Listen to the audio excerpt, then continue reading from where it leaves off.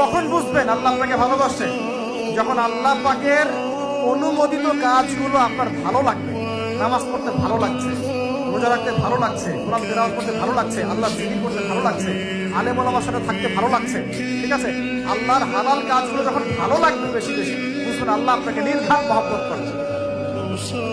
আর যখন আল্লাহ পাকে নিষেধগুলো, হারাম, মদ আমার ভালো লাগে না, জেনা ভালো লাগে না, আমার খারাপ জিনিস দেখতে ভালো লাগে না, খারাপ শুনতে ভালো লাগে না, বুঝবেন আল্লাহ আপনাকে ভালোবাসে।